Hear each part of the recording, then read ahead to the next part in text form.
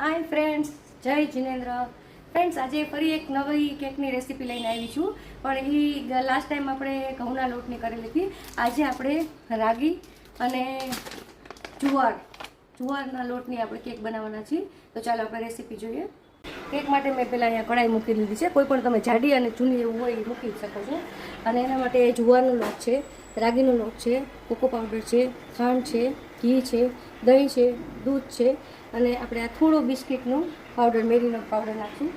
આપણે સ્ટાર્ટ કરીશું. જો આ છે જુવારનો લોટ, રાગીનો લોટ, થોડો બિસ્કિટ, કોકો પાવડર, થોડી ખાંડ, ઘી છે, પછી દહીં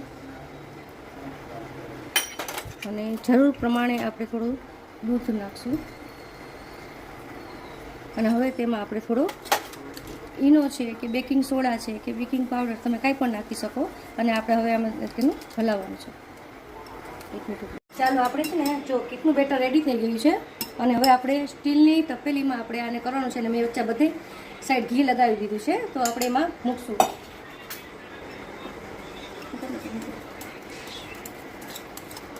આપણે થોડી ચોકો ચિપ્સ નાખશું આમાં અને આપણે હવે રેડી કરવા માટે મૂકશું.